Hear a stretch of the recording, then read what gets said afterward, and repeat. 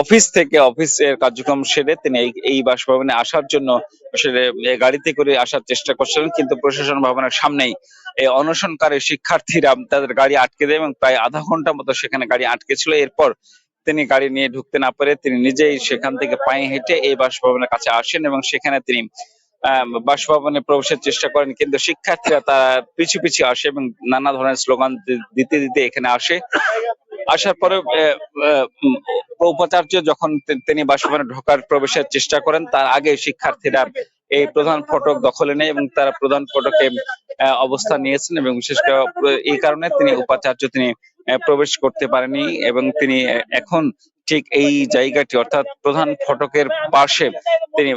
ফটকের পাশে ঠিক একটি জায়গায় এখনো তিনি ঠাঁই দাঁড়িয়ে আছেন এবং আন্দোলনরত শিক্ষার্থী যারা আছে তাদের সাথে কথা বলছিলেন। বিশ্ববিদ্যালয়ের প্রক্টর তিনি বোঝানোর চেষ্টা করছিলেন যে এই পরিস্থিতি কিভাবে সমাধান করা যায় সেই চেষ্টা তিনি করছেন, বিশ্ববিদ্যালয়ের প্রক্টর অধ্যাপক মাহবুবুর রহমান। কিন্তু তিনিও আসলে ফিরে গেছেন, তিনিও চেষ্টা করে ব্যর্থ হয়েছেন শিক্ষার্থীদের সরাতে। ফলে এখানে উপাচার্য উপ উপাচার্য আছেন অধ্যাপক মাইনুদ্দিন, আমরা একটু কথা বলতে চাই তার সাথে যে আসলে এই পরিস্থিতি কেন তৈরি হলো এবং এর সমাধানটা কোন পথে। না, এটা তো এমনিতে তৈরি হয় না। এখানে ভর্তি প্রক্রিয়া শুরু থেকেই ছাত্রদের ইয়া ছিল যে কোনো প্রকারে কোটা না থাকা, আমরা কোটা বাদ দিয়েছি এবং একটা কন্ডিশনাল প্রাতিষ্ঠানিক সুবিধা অফার করেছে। এই জন্য যে বিশ্ববিদ্যালয়ের শিক্ষক কর্মকর্তা কর্মচারীরা 21 তারিখ থেকে একটা কমপ্লিট শাটডাউন ঘোষণা করে ফেলেছিল। এখন প্রশাসনের থেকে তো একেবারে রিজিড অবস্থায় প্রশাসন চালানো যায় না। এখন যদি আমরা রাষ্ট্র নির্বাচন 25 তারিখে চিন্তা করি, তাহলে 25 তারিখে রাষ্ট্র নির্বাচনকে সচল করার জন্য হলেও এই একটা সমঝোতার মাধ্যমে প্রশাসন চালানো ছাড়া আর কোনো উপায় নেই।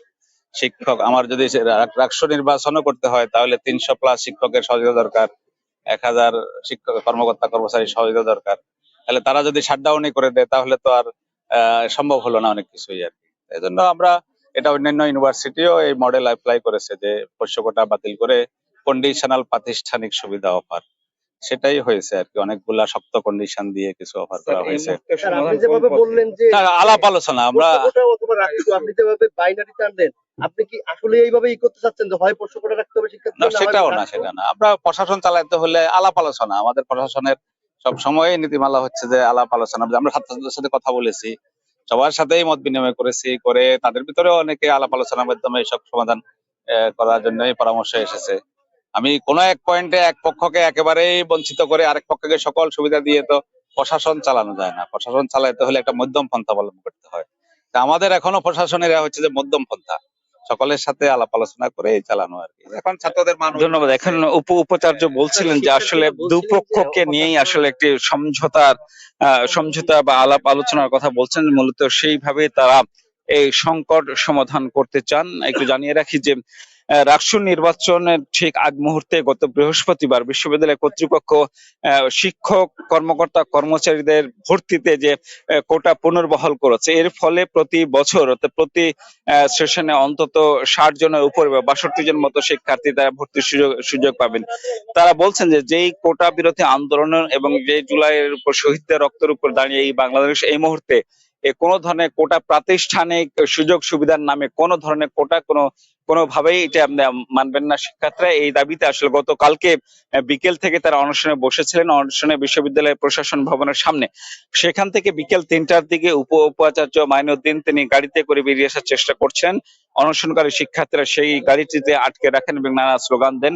এরপরে উপাচার্য তিনি গাড়ি থেকে নেমে পায়ে হেঁটে প্যারিস রোড দিয়ে পায়ে হেঁটে তার বাসভবনে প্রবেশের চেষ্টা করেন। সেখানে শিক্ষার্থীরা তার পিছু পিছু আসে এবং সেখানে বাধা দেয়। ফলে এখন এই মুহূর্তে আসলে শিক্ষার্থীরা তাদের প্রধান ফটক ঘিরে এখনো আছে এবং তারা একটি কথাই আসলে বারবার বলছে যে কোনোভাবেই এই কোটা পুনর্বহালের সিদ্ধান্ত পুনরায় বাতিল না করা পর্যন্ত তারা কোনোভাবেই এইটার পথ ছাড়বেন না বা অনশন ভাঙবেন না।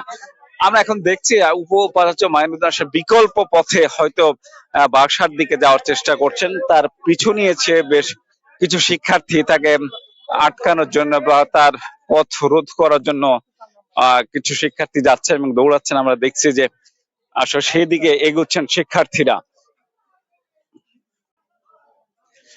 বিশ্ববিদ্যালয়ে এই কোটার ইতিহাস যদি একটু বলি, যে বিশ্ববিদ্যালয় প্রতিষ্ঠার প্রায় 80-র দশক বা তার আগে থেকে আসলে বিশ্ববিদ্যালয়ের শিক্ষক, কর্মকর্তা, কর্মচারীরা তাদের সন্তানদের ভর্তিতে একটি বিশেষ সুবিধা পেতেন, এবং এক পর্যায়ে দেখা যায় যে বেশ কয়েক বছর আগে ফেল করা শিক্ষার্থী অর্থাৎ ফেল করা সন্তানরাও পোষ্য কোটায় ভর্তির সুযোগ পেয়েছিলেন। এই নিয়ে সে সময় তুমুল আলোচনা হলেও সেই পোষ্য কোটাটি বহালই ছিল, কিন্তু এই জুলাই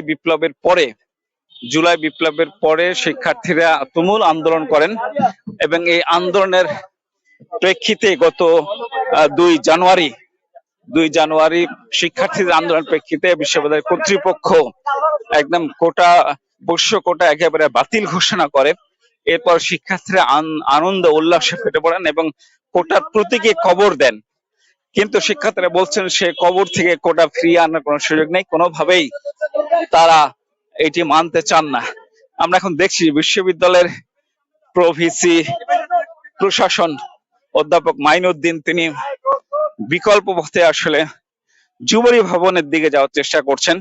শিক্ষার্থীরা তার পিছু নিয়েছে, দৌড়ে দৌড়ে তার আগে যাওয়ার চেষ্টা করছেন, এবং তারা বলছেন যে কোনোভাবেই তাকে যুবলী ভবনে প্রবেশ করতে দেওয়া হবে না। যুবলী ভবন মূলত শিক্ষক লাউঞ্জ। এখানে শিক্ষকদের কিছু শিক্ষকদের বাসস্থান আছে বা থাকার জায়গা আছে, এবং পাশাপাশি শিক্ষকরা মূলত এখানে ক্লাব হিসেবে এটি ব্যবহার করেন।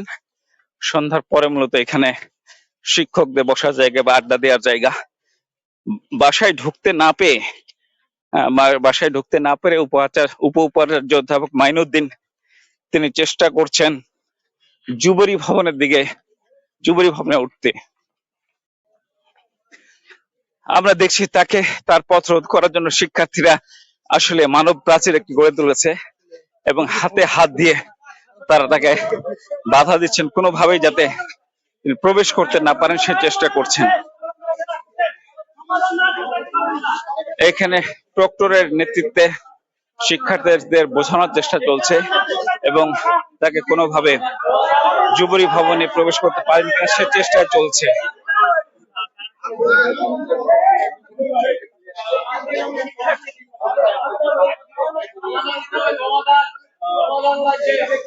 শিক্ষার্থীরা তারা বলছেন যে কোন ধরনের আপোষ নয়, বরং এই কোটা পদ্ধতি পুনর্বহাল যে সিদ্ধান্ত, সেই সিদ্ধান্ত একেবারে বাতিল ঘোষণা না দেয়া পর্যন্ত তারা অনশনে ভাঙবেন না, এবং কর্মকর্তা কর্মচারী বিশেষ করে উপ উপাচার্য তাকে আসলে কোনো ভবনই প্রবেশ করতে দেয়া হবে না। এখানে বলে রাখি, বিশেষ করে জুলাই সমন্বয়ক সালাউদ্দিন আম্মারের নেতৃত্বে যে পোষ্য কোটা বিরোধী আন্দোলন হয়েছিল গত জানুয়ারি মাসে, সেই আন্দোলনের প্রেক্ষিতে বিশ্ববিদ্যালয় কর্তৃপক্ষ কোটা পদ্ধতি বাতিল করেছিল। সেই সালাউদ্দিন আম্মারই আবার তার নেতৃত্বেই এই আন্দোলনটি চলছে মূলত।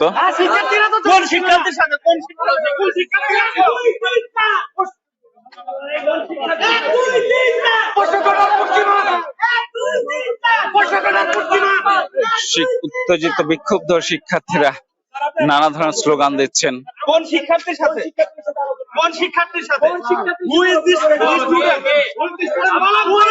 এখন বিশ্ববিদ্যালয়ের প্রক্টর অধ্যাপক মাহবুবুর রহমানের সাথে আন্দোলনকারী বা অনশনকারী শিক্ষার্থীদের বাক বিতরণটা চলছে। বিশ্ববিদ্যালয়ের প্রক্টর প্রভিসি অধ্যাপক মাইনুদ্দিন এবং অন্যরা আসলে ঢোকার চেষ্টা করছিলেন, প্রবেশের চেষ্টা করছেন যুবলী ভবনে। হ্যাঁ, আমরা একটু কথা বলতে চাই। আমরা একটু কথা বলতে চাই।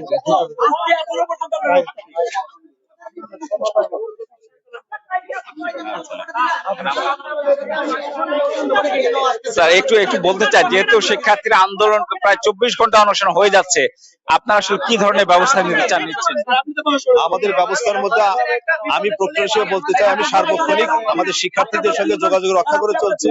যারা অসুস্থ হয়ে যাচ্ছে তাদেরকে আমরা চেষ্টা করেছি, বোঝানোর চেষ্টা করেছি, বিভিন্ন গ্রুপ থেকে রিকোয়েস্ট করেছি তো তাদেরকে বোঝানো যে আসলে এটা আসলে পোষ্যকতা নয়, এটা হচ্ছে একটা প্রাতিষ্ঠানিক সুবিধার, একটা বিশ্ববিদ্যালয় অ্যাডমিনিস্ট্রেশন চালানোর জন্য যেমন শিক্ষার্থীদের কথা শুনতে হয় এবং ঠিক তেমনই শিক্ষক কর্মকর্তা কর্মচারীদের কথা শুনতে হয়। এরই প্রেক্ষিতে এই শর্ত সাপেক্ষে প্রাতিষ্ঠানিক সুবিধা বলে এই নিয়মটা চালু করেছে। সেটার প্রেক্ষিতে শিক্ষার্থীরা ক্ষুব্ধ হয়েছে। হ্যাঁ, শিক্ষার্থীরা ক্ষুব্ধ হতে পারে, খুবই স্বাভাবিক। আবার আলোচনা হবে, প্রয়োজন হলে আবার সারা কথা বলতে পারে, কিন্তু আমার রিকোয়েস্ট যে তাদের সঙ্গে এইভাবে তারকে আটকানোটাকে ওদেরকে নিবৃত্ত করার চেষ্টা করছি। ধন্যবাদ। বিশ্ববিদ্যালয়ের প্রক্টর বলছিলেন যে আসলে কিছু শর্তের সাপেক্ষে এই পোষ্য কোটাটি পুনর্বহাল করা হয়েছে।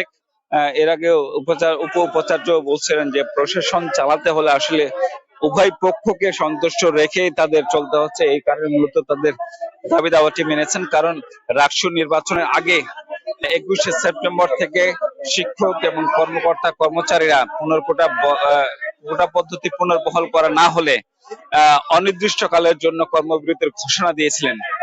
ঠিক সেই মুহূর্তে রাকসু নির্বাচন আগ মুহূর্তে কর্মবিরতি করলে রাকসু নির্বাচন ব্যাহত হতে পারে, সেই বিবেচনাটি নিয়েছেন বলে বলছেন উপ উপাচার্য। একটু আগে তিনি এই কথা বলছিলেন।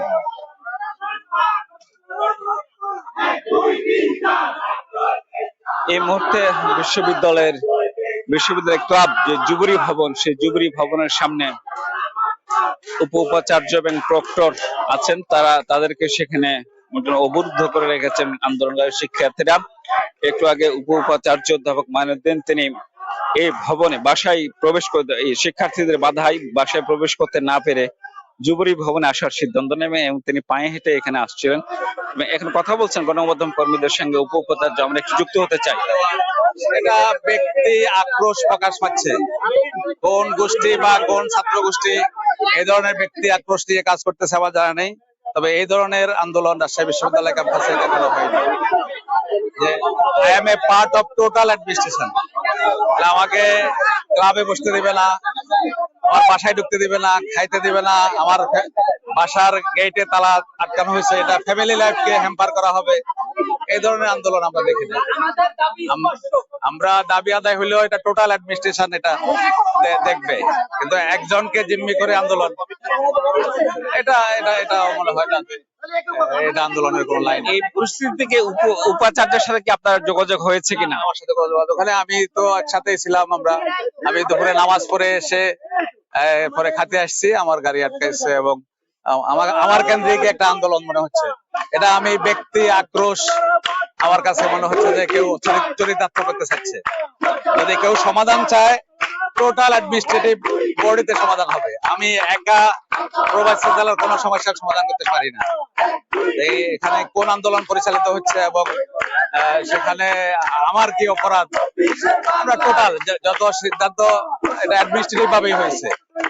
শিক্ষার্থীদের অভিযোগ প্রায় 24 ঘন্টা হয়ে যাচ্ছে অনশনের, কিন্তু প্রশাসনের পক্ষ থেকে কোনো উদ্যোগ নেয়নি। মাননীয় উপাচার্য ছাত্রদেরকে রিকোয়েস্ট করেছে, আমাদের প্রক্টর সাহেব রিকোয়েস্ট করেছে, ওনারা গিয়েছে, আমাদের পক্ষ থেকে চেষ্টা হয়েছে, এমন নয় যে 24 ঘন্টায় কোনো প্রকারের চেষ্টা হয়নি। উপ উপাচার্য বলছিলেন যে আসলে বিশ্ববিদ্যালয়ের প্রশাসনের তরফ থেকে আন্দোলনকারীদের অনশন ভাঙানোর চেষ্টা করা হয়েছিল, কিন্তু তারা দাবিতে অনড়